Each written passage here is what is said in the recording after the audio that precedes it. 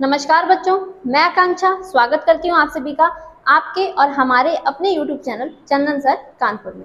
कैसे हैं आप सभी? आशा करती हूँ आप सारे लोग बहुत अच्छे होंगे और सारी क्लासेस नियमित रूप से देख रहे होंगे। अगर आपने क्लासेस अभी से देखना शुरू कर दिया है तो आपको आगे आने वाले समय में बहुत ही ज़्यादा फायदा होगा। अगर आप हमारे चैनल को अभी तक आपने सब्सक्राइब नहीं किया है तो एक बार चैनल पर सब्सक्राइब का बटन दबाकर चैनल को सब्सक्राइब जरूर कर लेना और साथ ही साथ बगल में जो बेल आइकन है उसको भी आप ऑन कर लेना। ठीक है, अगर आप बेल आइकन ऑन नहीं करेंगे तो क्लास आने से पहले जो आपको नोटिफिकेशन है वो टाइम पर नहीं मिल पाएगा। तो अगर आपने अभी तक सब्सक्राइब नहीं किया है तो सब्सक्राइब कर लें और ज़्यादा से ज़्यादा लोगों तक शेयर जरूर कर दें। ठीक है, तो जैसा कि हम जानते हैं कि मैं आपको हिंदी की क्लासेस प्रोवाइड करा रही हूँ। हमारे चैनल पर हिंदी की क्लासेस की शुरुआत हो चुकी है और हमारे जो 2 लेक्चर हैं वो आपके आ चुके हैं। ठीक है, जैसा कि कह सकते हैं 3 लेक्चर। पहले क्लास में तो मैंने आपको हिंदी का पाठ्यक्रम बताया था। दूसरी क्लास में मैंने आपको हिंदी, जो कि एक विषय के साथ क्या है, एक भाषा है, इसके बारे में हमने डिस्कस किया था कि आखिरकार भाषा क्या होती है। इसके साथ मैंने आपको जो हमारी कल की क्लास थी उसमें मैंने आपको बताया था कि आखिरकार हिंदी जो भाषा है इसकी उत्पत्ति कहाँ से होती है। ठीक है, तो हमने जो लास्ट टॉपिक पढ़ा था उसमें मैंने आपको अपभ्रंश काल के बारे में बताया था ना। अगर आपने वो क्लास नहीं देखी है तो एक बार प्लेलिस्ट में जाकर वो आप क्लास जरूर देखें। ठीक है, अगर आप क्लास रेगुलर नहीं देखेंगे, सारी क्लासेस क्या है एक दूसरे से जुड़ी हुई हैं, आपको सभी क्लासेस देखना जरूरी है। अगर आप सीक्वेंस से सारी क्लासेस नहीं देखेंगे तो हो सकता है कि आपको आधी चीजें समझ में आएंगी और आधी चीजें आपके दिमाग से निकल जाएंगी। ठीक है, तो इसीलिए अगर आप क्या करना चाहते हैं, किसी भी विषय को पूरी तरीके से एक बार में अच्छे से पढ़ना चाहते हैं तो सारी क्लासेस आप रेगुलर लीजिएगा।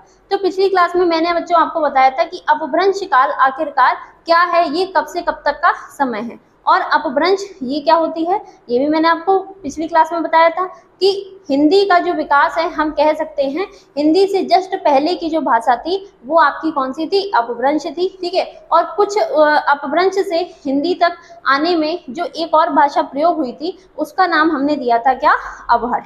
तो अपभ्रंश जब भाषा प्रयोग की गई है तो वो जो समय काल रहा है उस समय को हमने क्या नाम दिया है, अपभ्रंश काल कहा है। ठीक है, जिसका समय कब से कब तक माना गया है, तो भारतीय जो आर्य भाषा का इतिहास है इसके अनुसार यदि हम देखते हैं तो आपका जो बच्चों अपभ्रंश काल है इसका समय रहा है 500 ईस्वी से लेकर 1000 ईस्वी तक। ठीक है, ये मैंने आपको कल की क्लास में बता दिया था और मैंने बताया था कि आपको जो हमारी आज की क्लास है इसमें हम क्या पढ़ेंगे, अपभ्रंश के भेद। तो आप यहाँ देख पा रहे हैं बोर्ड पर मैंने पहले ही इसको पूरा अरेंज करके लिख दिया है ताकि हमारे समय की बचत हो सके। ठीक है, और आपको क्या करना है, मैं एक बार साइड में हो जा रही हूँ, आप इसका पहले स्क्रीनशॉट ले लीजिए। ठीक है, अगर आपको ये पूरा चार्ट समझना है और अपने नोट्स बनाने हैं तो आप इसका स्क्रीनशॉट ले लीजिए, क्योंकि जब मैं आपको समझाना शुरू करूंगी तो हो सकता है इसमें थोड़ी सी हौच पौच हो जाए।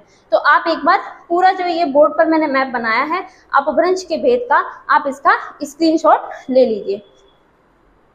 ठीक है, आज की क्लास में आपके जो भी आपके डाउट हैं इन टॉपिक से लेकर के वो सारे आपके खत्म हो जाएंगे। क्वेश्चन इनसे बनते हैं जब पेपर में तो हमें समझ नहीं आता कि आखिरकार ये जो टॉपिक है ये कहाँ से पढ़े, कैसे पढ़ना है, कैसे समझना है। अगर आप खुद से पढ़ेंगे तो हो सकता है कि आपको समझने में कठिनाई हो। तो अगर आपने आज की क्लास पूरी देख ली तो आपका ये जो टॉपिक है ये पूरी तरीके से कंप्लीट हो जाएगा और इससे जो भी आपका प्रश्न बनेगा आपकी परीक्षा में आपको वो आसानी से आप उसको क्या कर पाएंगे, हल कर पाएंगे। ठीक है, तो बच्चों आज का हमारा टॉपिक है अपभ्रंश के भेद। अपभ्रंश के भेद यहाँ पर आप देख पा रहे हैं, मैंने इनको कुल 6 पार्ट में डिवाइड किया है।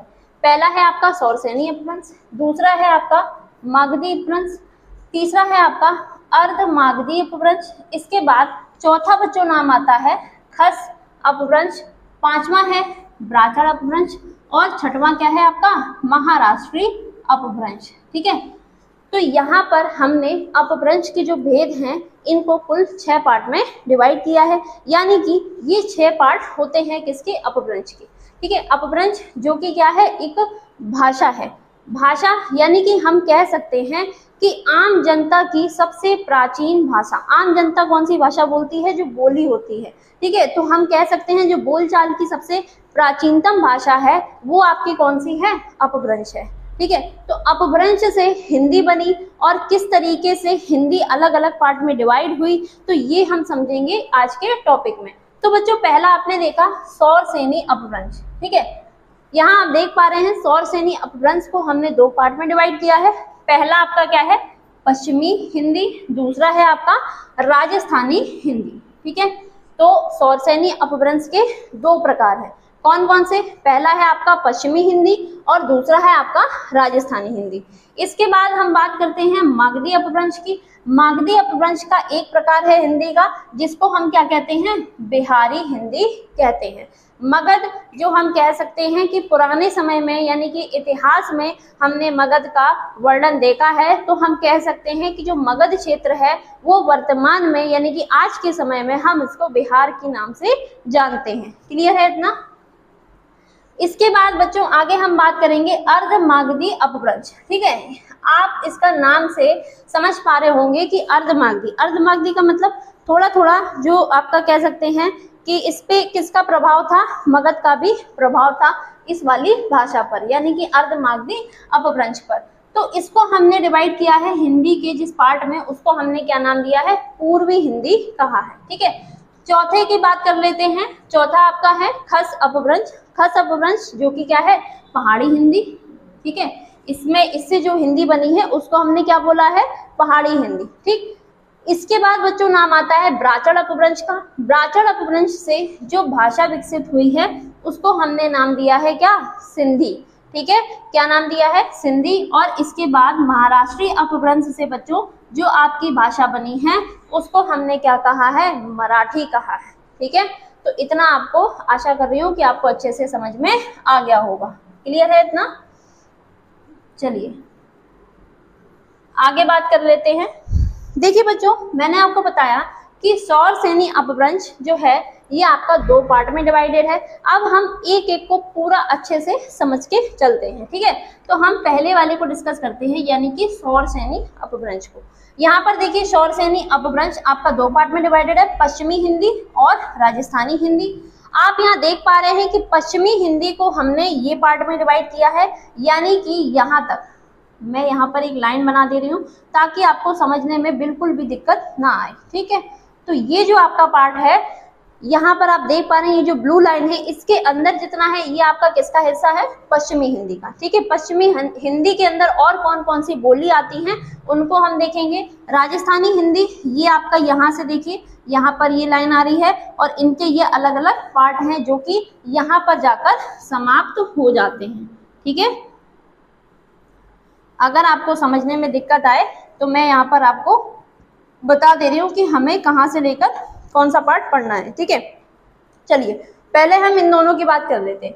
पश्चिमी हिंदी, पश्चिमी हिंदी को बच्चों आप यहाँ देख पा रहे हैं, मैंने यहाँ पर इनको कुल 5 जो भाग हैं इनमें डिवाइड किया है, ठीक है। आप चाहें तो यहाँ पर इस तरीके से 1 और 2 लिख लीजिए, नहीं तो आप कंफ्यूज हो सकते हैं कि ये कौन से नंबर है, ठीक है। तो सौरसेनी अपभ्रंश जिसको हमने 2 भागों में बांटा, पश्चिमी हिंदी, राजस्थानी हिंदी। पश्चिमी हिंदी के अंतर्गत 5 बोलियां आती हैं, ठीक है। बोलियां कौन कौन सी हैं आइए जानते हैं। तो पहला देखिए नाम लिखा है कौरवी, ठीक है। कौरवी का दूसरा नाम होता है खड़ी बोली, ठीक है। आपने सुना होगा कि खड़ी बोली में बात कर रहे हैं। खड़ी बोली हम कह सकते हैं हर भाषा की एक स्टैंडर्ड लैंग्वेज होती है, यानी कि बोलने का जो तरीका है वो एक स्टैंडर्ड होता है, ठीक है। जैसे हम बात करें इंग्लिश की, इंग्लिश हमारी क्या है, एक भाषा है, ठीक है। इंग्लिश हमारी क्या है, एक भाषा है, ठीक। तो आपने देखा होगा कुछ लोग ऊटपटांग इंग्लिश बोल देते हैं और उसको सही मान लेते हैं, जबकि कह सकते हैं कि हर चीज का एक अपना अपना क्या होता है, स्टैंडर्ड तरीका होता है। तो इसी प्रकार भाषा का भी क्या होता है, एक स्टैंडर्ड तरीका होता है। तो हिंदी का जो स्टैंडर्ड तरीका माना गया है वो बच्चों किसे माना गया है, कौरवी, यानी कि जिसे हम और क्या कहते हैं, खड़ी बोली कहते हैं, ठीक है। खड़ी बोली कहते हैं किसे, कौरवी को, ठीक। अब मैं आपको इसमें ये भी बता दूंगी साथ ही साथ कि इसमें यानी कि ये जो बोलियां हैं इसके अंतर्गत कौन कौन से मुख्य क्षेत्र हैं जहां पर ये जो बोलियां हैं वो प्रमुख रूप से बोली जाती हैं। तो आप यहाँ देख पा रहे हैं कौरवी और खड़ी बोली, यहाँ पर जो भी क्षेत्र हैं मुख्य रूप से इनको मैंने यहाँ पर ब्रैकेट के अंदर बंद किया है। तो पहला नाम लिखा है दिल्ली, दूसरा है मेरठ, तीसरा है सहारनपुर, ठीक है। तो हम कह सकते हैं कि यूपी की विशेष करके ये क्या है, बोली है, ठीक है। और थोड़ा सा जो इसका प्रभाव है वो हमें दिल्ली में भी देखने को मिलता है, यानी कि दिल्ली का वह हिस्सा जो आपका उत्तर प्रदेश राज्य से लगभग लगता है, ठीक है। और सहारनपुर, मेरठ, इन जगहों पर क्या होता है, ये जो आपकी कौरवी यानी कि खड़ी बोली है, ये बोली का प्रयोग किया जाता है, ठीक है। दूसरा देखिए यहाँ पर नाम नीचे दिया है ब्रज भाषा, ठीक है।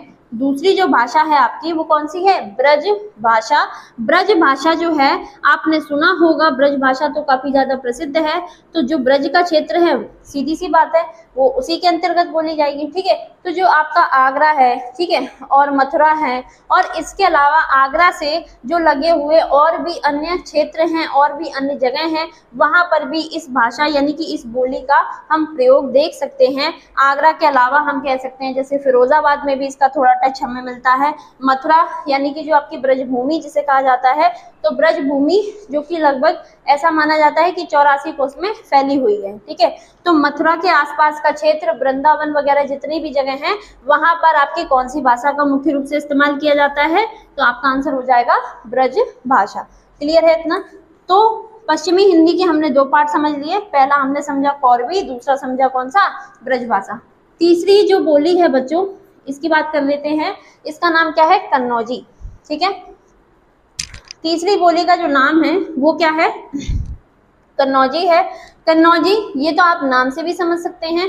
कन्नौजी आपके विशेष करके कानपुर और कन्नौज वाले एरिया में बोली जाती है, और हम कह सकते हैं कि कानपुर कन्नौज के आसपास के जो क्षेत्र हैं वहां पर भी बच्चों हमें ये बोली सुनने को मिलती है, ठीक है। तो कन्नौजी विशेष करके आपकी किस राज्य से संबंधित हो जाएगी, यूपी से। तो अभी ये तीनों ही हमें कहाँ पे देखने को मिली हैं, यूपी में, ठीक है। यूपी यानी कि अपना प्यारा उत्तर प्रदेश। क्लियर है इतना? इसके बाद मैंने आपको बताया पश्चिमी हिंदी में कुल कितनी बोलियां आती हैं, 5। तो हमने 3 को जान लिया। चौथी आपकी बात करते हैं जो है आपकी बुंदेली। बुंदेली, इसको भी आप नाम से समझ सकते हैं कि बुंदेली आपका कहाँ पर बोली जाएगी, बुंदेलखंड में बोली जाएगी, ठीक है। तो बुंदेलखंड जो आपका क्या है, यूपी और एमपी दोनों ही में आता है, ठीक है। हम कह सकते हैं कि यूपी और एमपी के कुछ कह सकते हैं 6-7 जिले यूपी के हैं, और इसी तरीके से एमपी के भी कुछ जिले हैं इसके अंतर्गत आते हैं। किसके अंतर्गत, बुंदेलखंड के अंतर्गत। तो इस तरीके से ये पूरा एरिया क्या कहलाता है, बुंदेलखंड कहलाता है, ठीक है। यूपी के लगभग 7 जिले हैं इसमें, और एमपी के 6 जिले हैं, ठीक है। तो आपका जो बुंदेलखंड है, यहाँ पर आपकी बुंदेली बोली जाती है। झांसी वैसे भी आपका बुंदेलखंड के अंतर्गत आता है। बुंदेलखंड लिख दिया है तो आप समझ सकते हैं कि जो बुंदेलखंड वाला एरिया है वहां पर आपकी जो बोली बोलते हैं वो आपका नाम क्या हो जाएगा, बुंदेली हो जाएगा, ठीक है। चलिए 4 हमने इसकी बोलियां देख ली हैं। आगे हम बात करेंगे 5वें नंबर की। तो पश्चिमी हिंदी के अंतर्गत जो 5वीं हिंदी आती है, 5वीं जो आपकी बोली आती है, इसका नाम क्या है। इसका नाम आप यहाँ देख पा रहे हैं बच्चों, बोर्ड पे लिखा है क्या, बांगरू, ठीक है। बोली का नाम क्या है, बांगरू है। बांगरू जिसे हम और किस नाम से जानते हैं, हरियाणवी के नाम से जानते हैं। और इसका एक अन्य नाम और है, मैं यहाँ पर लिख दे रही हूँ, इसको हम जाटू के नाम से भी जानते हैं, ठीक है। जो बांगरू आपकी बोली है इसको हम हरियाणवी बोली कह सकते हैं, और इसका एक और जो अन्य नाम है बच्चों वो क्या है, जाटू नाम है। क्लियर है? तो हम कह सकते हैं, आप हरियाणवी से समझ सकते हैं कि ये जो मुख्य रूप से बोली है ये किस क्षेत्र की होगी, हरियाणा राज्य के आसपास, ठीक है। तो हरियाणा राज्य के आपके जो प्रसिद्ध जिले हैं तो हम कह सकते हैं, जैसे यहाँ पर नाम दिया है अंबाला, ठीक है, इसके बाद हिसार। तो अन्य जो आपके हरियाणा के क्या हैं जिले आते हैं, इन क्षेत्रों में इस बोली का प्रयोग किया जाता है, ठीक है। आशा कर रही हूँ कि आपको इतनी बात मेरी जो है वो अच्छे से समझ में आ गई होगी। तो हमारा जो पहला आपका पश्चिमी हिंदी है ये हमने अच्छे से समझ लिया है, ठीक है। आगे हम बात करेंगे राजस्थानी हिंदी की। तो बच्चों देखिए, राजस्थानी हिंदी ये आपका यहाँ से लेकर शुरू होता है, और यहाँ पर आकर के हम देख पा रहे हैं कि इसके कुल कितने भाग हैं, 4 भाग हैं। पश्चिमी हिंदी के अंतर्गत हमने 5 बोलियां देखी। अब हम राजस्थानी हिंदी की बात करेंगे तो इसके अंतर्गत हम कुल जो इसकी 4 इसके अंतर्गत बोलियां आती हैं उनको देख लेते हैं। देखिए, पहला नाम दिया है मारवाड़ी। मारवाड़ी, और बच्चों आप यहाँ समझ पाओगे आसानी से कि नाम ही इसका क्या है, ये जो उपभाषा है अपभ्रंश के अंतर्गत राजस्थानी हिंदी, इसका नाम ही क्या है, राजस्थानी हिंदी। तो इसके अंतर्गत जो बोलियां आएंगी बच्चों, वो आपके विशेषकर कहाँ पर बोली जाती हैं, राजस्थान राज्य के अंदर बोली जाती हैं। ठीक है, तो आपका पहला नाम आता है मारवाड़ी। मारवाड़ी जो कि विशेषकर की कहाँ पर हमें सुनने को मिलती है, राजस्थान का एक जिला है जोधपुर और मेवाड़। ठीक है, मेवाड़ जो कि हिस्ट्री में भी काफी ज्यादा प्रसिद्ध जगह रही है, तो हमने वहां पर पढ़ा है। ठीक है, तो मेवाड़ जोधपुर जो कि राजस्थान से संबंधित है, तो हम कह सकते हैं कि जो मारवाड़ी है ये आपकी राजस्थान की भाषा है। ठीक है, इसके बाद जो बच्चों दूसरी बोली आती है, इसका नाम क्या है, मेवाती। ठीक है, अगली जो आपकी भाषा है इसका नाम क्या है, मेवाती। मेवाती ये हमें कहाँ पर सुनने को मिलती है, तो आइए जानते हैं। यहाँ पर देखिए ये क्षेत्र के नाम लिखे हैं, दिल्ली, अलवर, गुड़गांव। ठीक है, और विशेष करके यदि हम बात करें कि दिल्ली और राजस्थान, यानी कि इनसे इनके आसपास जो भी मैंने यहाँ पर नाम दिए हैं, इनके आसपास जो भी क्षेत्र हैं, तो हम यहाँ पर जो आपकी भाषा है यानी कि बोली है मेवाती, हमें यहाँ पर सुनने को मिलती है। तो आपसे यदि पूछा जाए कि मेवाती जो है, अब देखिए अगर आपसे क्वेश्चन पूछा जाता है तो सबसे पहले तो इतना जानिए कि इसमें से क्वेश्चन बनेगा कैसे। ठीक है, हो सकता है आपको ऑप्शन में ऐसे करके पहले क्वेश्चन देगा कि पूछेगा राजस्थानी हिंदी के अंतर्गत निम्न में से कौन कौन सी बोलियां आती हैं। आपको इनमें से मिक्स करके क्या दे दी जाएगी, सारे ऑप्शन बना दिए जाएंगे और उनमें से एक ऑप्शन राजस्थानी हिंदी का होगा। फिर आपको टिक करना है। अगर आपको पहले से पता होगा, अगर आप पढ़ चुके होंगे, तभी आप ये क्वेश्चन कर पाएंगे, अन्यथा मुझे पक्का यकीन है कि आप ये क्वेश्चन नहीं कर सकते हैं।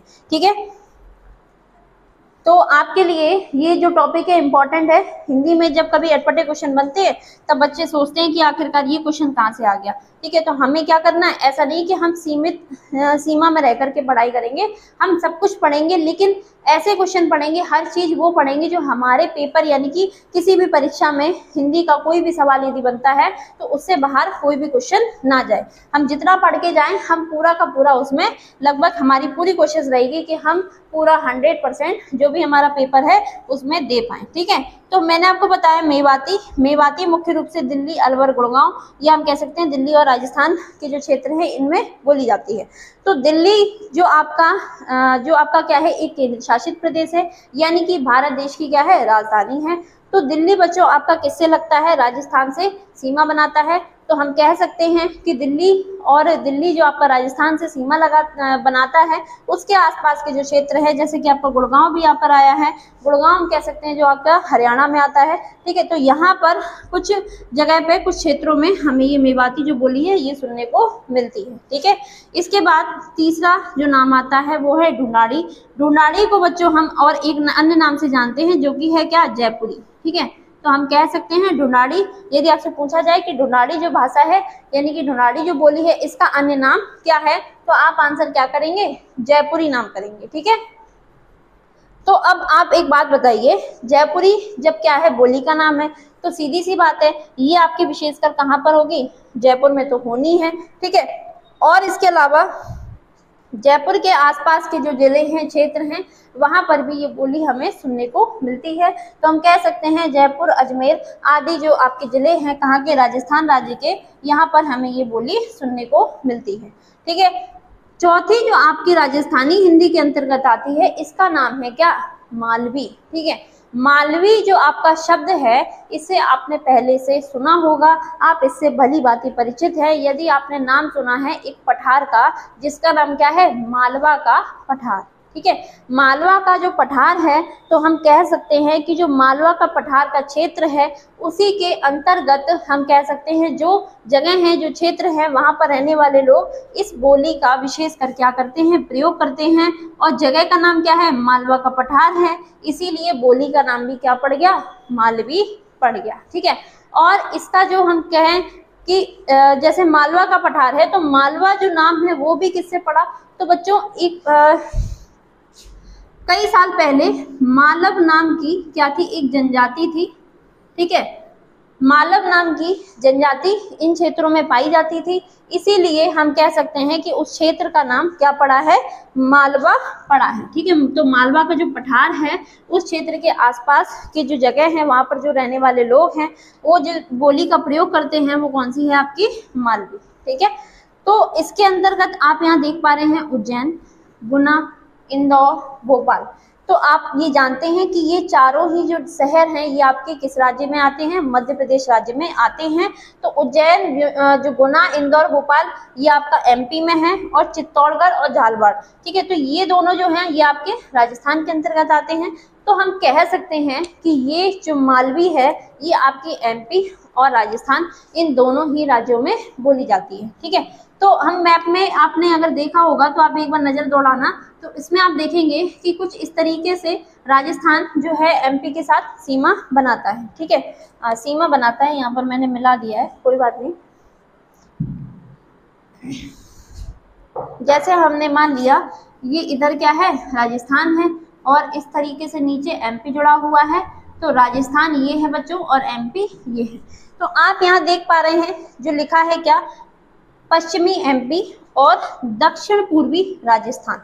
तो एमपी जो कौन सा है, एमपी का कौन सा हिस्से की बात कर रहे हैं हम? पश्चिमी, ठीक है, तो यहाँ की, और राजस्थान का दक्षिण और पूर्वी, तो दक्षिण पूर्वी हिस्सा यही तो है। यानी कि हम कह सकते हैं कि इस क्षेत्र में, ठीक है, आप मैप में नजर दौड़ाएंगे तो आपको क्लियरली समझ में आएगा कि हम किन जगह की बात कर रहे हैं। और आप यहाँ पर जो जिले हैं, जो जगह हैं, इनके नाम भी देखकर समझ सकते हैं कि हमने कहाँ की बात की है, ठीक है। तो हम जान गए हैं कि मालवी जो बोली है बच्चों ये आपकी पश्चिमी एमपी और साथ ही साथ दक्षिण पूर्वी राजस्थान, इन जगह पर जो भी आपके जो भी क्षेत्र हैं वहां पर इस बोली का प्रयोग किया जाता है, ठीक है। तो बच्चों मैंने आपको सौरसेनी अपभ्रंश के जो दो हिस्से थे, पश्चिमी हिंदी और राजस्थानी हिंदी, इनको मैंने बता दिया है। अब हमारा अगला नाम आता है मागधी अपभ्रंश का। मागधी अपभ्रंश के अंतर्गत जो एक उपभाषा आती है, उपभाषा का नाम क्या है बच्चों? बिहारी हिंदी, ठीक है। बिहारी हिंदी के अंतर्गत 3 अन्य जो नई बोलियां हैं वो कौन कौन सी हैं? पहली, दूसरी, तीसरी, ठीक है। तो बिहारी हिंदी के अंतर्गत जो बोली आती हैं वो 3 हैं, कौन कौन सी? मगही, मैथिली और भोजपुरी। देखिए हिंदी का नाम जो है वो क्या है? बिहारी, यानी कि उपभाषा है, उसका नाम ही जगह के नाम से हमने डिसाइड कर लिया कि ये कौन सी है? आपकी बिहारी है। तो आइए जानते हैं जो मगही है। मगही बच्चों ये आपकी बिहार के 2 जिले हैं, पटना और गया, इन क्षेत्रों में बोली जाती है। तो जो कि यहाँ पर लिखा भी है बिहार में, ठीक है। इसके बाद मैथिली, मैथिली आपकी दरभंगा और वैशाली, ये जो जगह है ये भी आपकी बिहार में ही आती है, ठीक है। इसके बाद जो अगली हिंदी का नाम है, अगली जो बोली है वो है कौन सी? भोजपुरी, ठीक है। ये सुनने में बड़ी मीठी लगती है भोजपुरी। भोजपुरी आपने गाने भी सुने होंगे, अपने क्षेत्र में सुने भी जाते हैं, ठीक है। तो भोजपुरी के अंतर्गत जो हम कह सकते हैं भोजपुरी बोली है वो विशेष करके बलिया, पूर्णिया और पूर्वी यूपी और बिहार, इन जगह पर बोली जाती है। तो आप जानते हैं कि जो उत्तर प्रदेश है वो बिहार के साथ सीमा बनाता है, और उत्तर प्रदेश की अगर हम डायरेक्शन देखें यानी कि दिशा देखें तो उत्तर प्रदेश की जो पूर्वी क्षेत्र हैं वो आपके बिहार राज्य से टच होते हैं। तो जो आपके पूर्वी साइड में जिले हैं, जैसे हमने पढ़ा बलिया, गाजीपुर, ठीक है, ये जो जिले हैं यहाँ पर हम देख सकते हैं कि हमें इस बोली का थोड़ा बहुत प्रयोग मिलता है, ठीक है। यहाँ पर यानी कि जो रहने वाले लोग हैं वो इस बोली का प्रयोग करते हैं, ठीक है। तो इतनी बात आपको अच्छे से समझ में आ गई होगी। हमारा जो दूसरा टॉपिक था ये भी हमने समझ लिया, यानी कि मगधी अपभ्रंश। इसके बाद जो तीसरा अपभ्रंश है वो कौन सा है? अर्धमागधी अपभ्रंश। तो अर्धमागधी अपभ्रंश ये बच्चों इसका जो उपभाषा है इसके अंतर्गत वो आती है कौन सी? पूर्वी हिंदी, ठीक है। इसके अंतर्गत जो उपभाषा आती है उसका नाम क्या है? पूर्वी हिंदी। तो पूर्वी हिंदी को आप यहाँ देख पा रहे हैं, ये मैंने नीचे लेकर आई हूँ और मैंने इनको 3 भाग में डिवाइड किया है, यानी कि हम कह सकते हैं कि पूर्वी जो हिंदी है इसके अंतर्गत भी आपकी 3 मुख्य रूप से क्या आती हैं? बोलियां आती हैं। तो वो 3 बोलियां कौन कौन सी हैं आइए जानते हैं। देखिए पूर्वी हिंदी के अंतर्गत पहला नाम लिखा है अवधी, ठीक है। तो एक आपकी बोली हो गई कौन सी? अवधी, ठीक है। दूसरा नाम हमने देखा किसका? बघेली, ठीक है, बघेली। इसके बाद तीसरा है बच्चों क्या? छत्तीसगढ़ी, ठीक है। तो आपने पूर्वी हिंदी के 3 हिस्से देखे, अवधी, बघेली, छत्तीसगढ़ी। अवधी आप जानते हैं, इसको हम अच्छे से जानते हैं कि जो अवध का क्षेत्र है ये पुराने समय में हम अवध किसे कहते थे? लखनऊ, फैजाबाद वाले क्षेत्र को कहते थे, ठीक है। तो हम कह सकते हैं कि लखनऊ, फैजाबाद आदि और इसके आसपास जो अन्य जिले लगते हैं वहां पर हमें ये बोली सुनने को मिलती है। ठीक है, तो अवधी आपकी लखनऊ फैजाबाद के हिस्से में यानी कि यूपी के अंतर्गत आएगी। इसके बाद बच्चों बघेली, बघेली आपका यहाँ पर देख पा रहे हैं आप, रीवा, सतना, इसके अलावा आपने वहाँ पर जो आपके एमपी के प्रमुख जिले हैं जैसे जबलपुर, ठीक है, तो जबलपुर, रीवा, सतना आदि जिलों में हमें जो बोली देखने को मिलती है वो कौन सी है? बघेली। ठीक है, या हम कह सकते हैं कि बघेली बोली का प्रयोग मुख्य रूप से किस राज्य में किया जाता है? तो आपका आंसर हो जाएगा मध्य प्रदेश। ठीक है, इसके बाद पूर्वी हिंदी के ही अंतर्गत एक और आपकी बोली आती है जिसका नाम क्या है? छत्तीसगढ़ी। अब आप अच्छे से जानते हैं कि भारत में एक राज्य है जिसका नाम क्या है? छत्तीसगढ़ है। तो हम कह सकते हैं जब राज्य का नाम छत्तीसगढ़ है तो वहाँ की बोली का भी नाम उसी राज्य से मिलता जुलता है। तो नाम क्या है बोली का? छत्तीसगढ़ी। और यहाँ पर आप देख पा रहे हैं क्षेत्र का नाम भी, जैसे रायपुर, बिलासपुर। तो ये बच्चों ये जो क्षेत्र है ये आपके किस राज्य में आते हैं? छत्तीसगढ़ में आते हैं। तो हम कह सकते हैं छत्तीसगढ़ी किस राज्य की होगी? छत्तीसगढ़ की हो जाएगी। बहुत आसान है ये, तो इसको आपको समझने में कोई दिक्कत ही नहीं आनी है। ठीक है, हमने 3 अपभ्रंश के भेद समझ लिए हैं। टोटल हमारे कितने हैं? 6 हैं। सबसे बड़े यही थे, ये तो कुछ नहीं है। ठीक है, ये तो बहुत छोटे छोटे से हैं, तो इनको आप आसानी से देख पा रहे हैं। ये तो आप पढ़ के खुद भी याद कर लेंगे। यहाँ पर थोड़ा सा ज्यादा सा मैटर था, ये मैंने आपको अच्छे से समझा दिया है, लेकिन फिर भी मैं इनको आपको समझा देती हूँ। देखिए बच्चों, अगला जो अपभ्रंश आता है इसका नाम क्या है? इसका नाम है खस अपभ्रंश। ठीक है, नाम क्या है? खस अपभ्रंश। खस अपभ्रंश के अंतर्गत जो आपकी उपभाषा आती है उसको हमने क्या कहा है? पहाड़ी हिंदी कहा है। ठीक है, पहाड़ी हिंदी कहा है। अब पहाड़ी हिंदी को भी हम 2 बोलियों में डिवाइड कर सकते हैं। तो जो 2 बोलियां हैं पहाड़ी हिंदी के अंतर्गत वो कौन कौन सी हैं बच्चों? गढ़वाली और दूसरा नाम क्या है? कुमाऊनी। ठीक है, हमने क्या किया? इसको 2 पार्ट में डिवाइड किया। किसको? पहाड़ी हिंदी को। पहाड़ी हिंदी के अंतर्गत कौन कौन सी बोली आती हैं? गढ़वाली और कुमाऊनी। गढ़वाली ये जगह भी है कहाँ पर? उत्तराखंड में, जिसको हम जो पूरा नाम है उसको हम कहते हैं टिहरी गढ़वाल।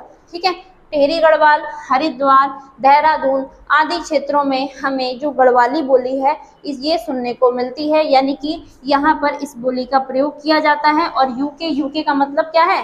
यूनाइटेड किंगडम ना, यूनाइटेड किंगडम नहीं है। यू से उत्तरा, के से खंड, कंफ्यूज मत होना। ठीक है, तो यूके का जो अर्थ है वो क्या है? यहाँ पर उत्तराखंड है। इसके बाद कुमाऊनी, ये भी विशेष करके आपके उत्तराखंड राज्य की ही है। उत्तराखंड राज्य में जो हिस्सा आपका नैनीताल, अल्मोड़ा वाला है वहां पर हमें कुमाऊनी बोली का प्रयोग मिलता है, यानी कि हम कह सकते हैं कुमाऊनी जो बोली है वो हमें इन क्षेत्रों में सुनने को मिलती है। ठीक है, तो आपके टोटल जो 4 पार्ट हैं वो हमने समझ लिए हैं। आगे हम बात करेंगे ब्राचड़ अपभ्रंश की। ठीक है, अगला जो अपभ्रंश है इसका नाम क्या है? ब्राचड़ अपभ्रंश। ब्राचड़ अपभ्रंश के अंतर्गत बच्चों जो बोली आती है उसको हमने कहा है क्या? सिंधी। ठीक है, जो सिंधी है यानी कि जो सिंधी बोली है ये आप जानते हैं कि भारत का जो पश्चिमी हिस्सा है यानी कि गुजरात और वह हिस्सा जो आपका पाकिस्तान के साथ सीमा बनाता है। और हम कह सकते हैं कि जब भारत और पाकिस्तान एक था तो जो आज के समय में भारत का जो पश्चिमी हिस्सा है गुजरात, गुजरात बॉर्डर बनाता है किसके साथ? पाकिस्तान। तो उस बीच के क्षेत्र को हम सिंध प्रांत के नाम से जानते थे प्राचीन समय में। ठीक है, तो आज के समय में भी हम कह सकते हैं कि वहां पर जो आपकी बोली है वो हमें सुनने को मिलती है, कौन सी? सिंधी। ठीक है, तो सिंधी इसका प्रयोग विशेष करके आपका कहाँ पे सबसे ज्यादा किया जाता है? गुजरात और पाकिस्तान में। पाकिस्तान का कौन सा हिस्सा? मैंने आपको अच्छे से समझाया है कि पाकिस्तान का वह हिस्सा जो भारत के गुजरात राज्य से सीमा बनाता है। ठीक है, यानी कि प्राचीन समय में जैसे हम क्या कहते थे? सिंध प्रांत कहते थे। ठीक है, तो सिंध प्रांत किस क्षेत्र को कहते थे? वहां पर आपकी सिंधी भाषा का प्रयोग किया जाता है। और मैंने आपको कल की क्लास में बताया था कि हिंदी जो शब्द की उत्पत्ति हुई है वो किससे हुई है? सिंधी से हुई है। ठीक है, सा का क्या हो गया था? हा हो गया था। और धा का क्या हो गया था? दा हो गया था। ठीक है, तो इस तरीके से सिंधी शब्द की उत्पत्ति हिंदी शब्द की उत्पत्ति किससे हुई है? सिंधी शब्द से हुई है। और ये नाम किसने दिया है? ईरानियों ने। ठीक है, नाम किसने दिया है? ईरानियों ने। ठीक है, तो ये हमने कल की क्लास में पढ़ लिया था। आगे हम बात करेंगे बच्चों, जो हमारा लास्ट अपभ्रंश है इसका नाम क्या है, महाराष्ट्रीय अपभ्रंश। ठीक है, अपभ्रंश का नाम क्या है, महाराष्ट्रीय अपभ्रंश। महाराष्ट्रीय अपभ्रंश के अंतर्गत जो बोली आती है वो कौन सी है बच्चों, वो है आपकी मराठी।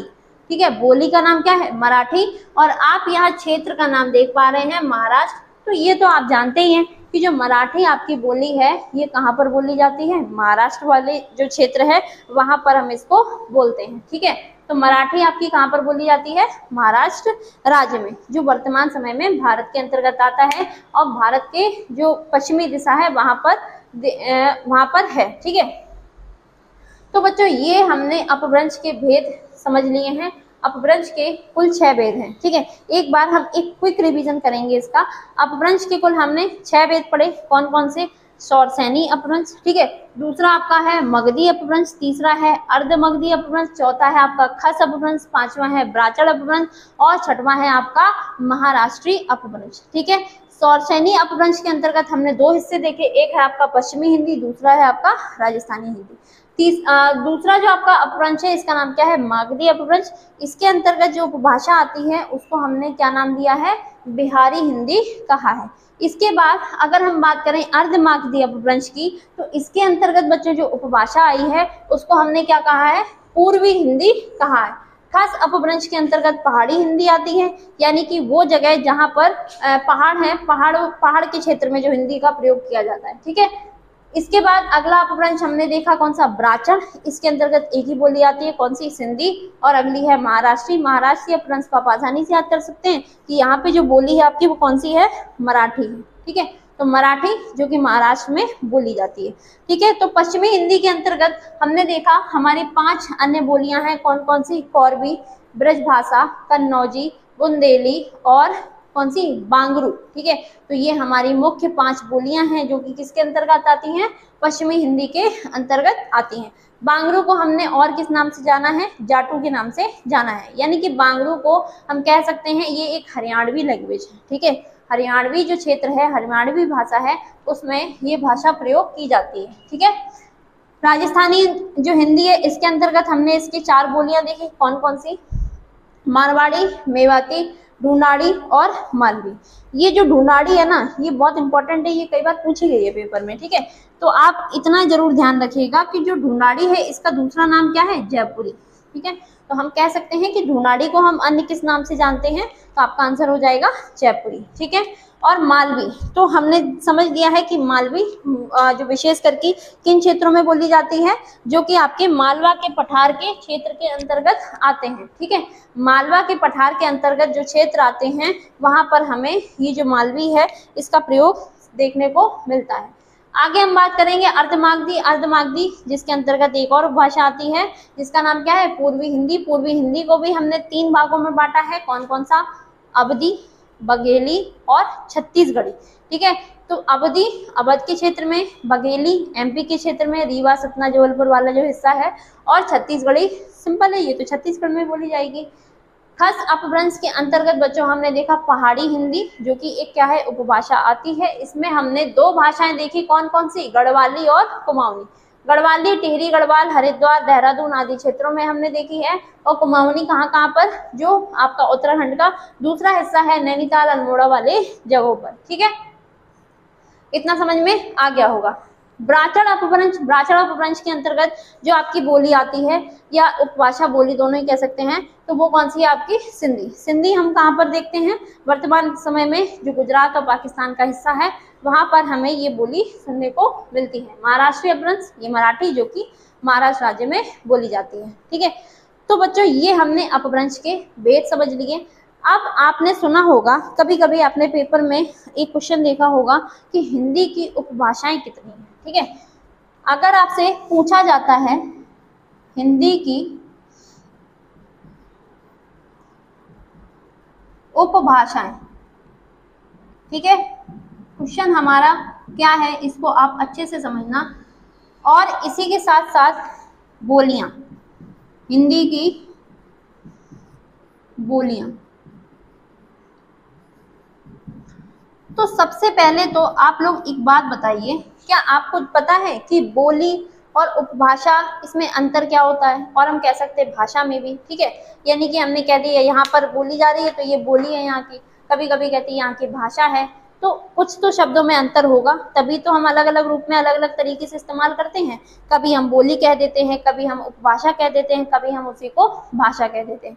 तो बच्चों मैं आपको बता दूं कि बोली वह होती है जो किसी छोटे से क्षेत्र में बोली जाती है और उसमें किसी भी साहित्य की रचना ना की गई हो। यानी कि वह भाषा का एक प्रकार हम कह सकते हैं, उस छोटा सा पार्ट हम कह सकते हैं जो किसी छोटे से क्षेत्र में बोली जा रही है और उस भाषा यानी कि उस बोली में अभी तक किसी भी साहित्य की रचना ना की गई हो, उसको हम क्या कहते हैं, उस क्षेत्र की बोली कहते हैं, ठीक है। और यदि इसी बोली को हमने क्या किया, एक कह सकते हैं साहित्य में बदल दिया, यानी कि इस बोली का प्रयोग हमने करके और हमने क्या कर दी, एक साहित्य की रचना कर दी, तो हम कह सकते हैं यानी कि जो आपकी जो बोली थी इसका थोड़ा सा विस्तार हो गया, सीमित क्षेत्र में ना रह करके थोड़ा सा आगे बढ़ गई, तो वो आपकी क्या बन गई, उपभाषा बन गई, ठीक है।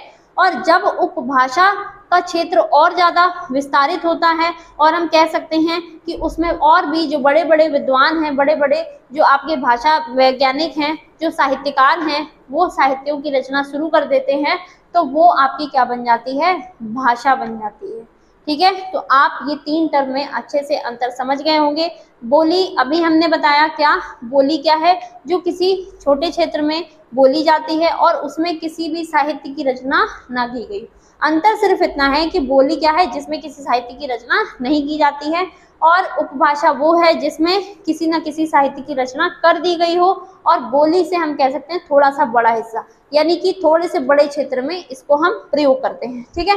इसके बाद उपभाषा से भाषा कब बनती है, जब वही उपभाषा का क्या होने लगता है, विस्तार होने लगता है, और हम कह सकते हैं उसमें अलग अलग साहित्यों की रचना हो जाती है। बड़े बड़े साहित्यकार हैं, वो क्या करते हैं, उस उपभाषा का प्रयोग करके क्या करते हैं, अपने साहित्य में प्रयोग करने लगते हैं। तो हम कह सकते हैं कि हम उसी को क्या क्या, क्या नाम दे देते हैं, भाषा का नाम दे देते हैं, ठीक है। अब हम बात कर रहे थे हमारे जो 2 फैक्ट हैं, हिंदी की उपभाषाएं और साथ ही साथ हिंदी की बोली। तो हिंदी की जो उपभाषाएं हैं, इनकी बच्चों संख्या जो है, इनकी संख्या मानी जाती है कितनी, 5, ठीक है, 5। और हिंदी की जो बोली हैं, इनके अंतर्गत इन्हीं 5 जो उपभाषाएं हैं, इनके अंतर्गत 17 बोली आती हैं। अब ये बोली कौन सी है, ये भाषाएं कौन सी हैं, ये इसी मैप में हमने पढ़ लिया है। अब वो कहाँ पर है, आइए जानते हैं। देखिए बच्चों, हिंदी की उपभाषाएं, अब आप एक बात बताइए, कौन कौन से नाम में हिंदी आ रहा है, ठीक है। तो आपने यहाँ पर देखा पश्चिमी हिंदी 1, राजस्थानी हिंदी 2, बिहारी हिंदी 3, पूर्वी हिंदी 4, पहाड़ी हिंदी 5। यानी कि हिंदी की जो उपभाषाएं हैं वो 5 प्रमुख कौन कौन सी हैं, पश्चिमी हिंदी, राजस्थानी हिंदी, बिहारी हिंदी, पूर्वी हिंदी और पहाड़ी हिंदी।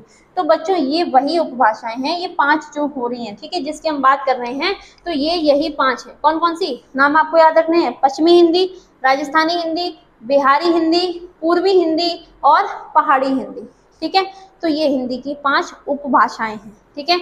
अब हम बात करें अगर इनकी बोलियों की, तो इन्हीं 5 भाषाओं के अंतर्गत जो जो आपकी बोलियां आई हैं, यानी कि यहाँ पर आप देख पा रहे हैं 1 2 3 4 5, टोटल यहाँ पर 5 हैं। राजस्थानी हिंदी के अंतर्गत 4 हैं, ठीक है, बिहारी हिंदी के अंतर्गत 3 हैं, पूर्वी हिंदी के अंतर्गत भी 3 हैं और पहाड़ी हिंदी के अंतर्गत 2 हैं। तो यदि आप इनको ऐड करेंगे, 5 4 9, 9 3 12, 12 और 3 कितना होगा, 15, 15 और 2 17। तो ये वही बोली हैं, यानी कि हमसे पूछा जाए कि हिंदी की जो बोलियां हैं, प्रमुख बोलियां, वो कितनी हैं, उनकी संख्या कितनी है, तो आप बताएंगे कितनी, 17, ठीक है। और हिंदी की उपभाषाएं कितनी हैं, वो है कितनी, कुल 5। और वो कौन कौन सी हैं, ये हमने समझ लिया है।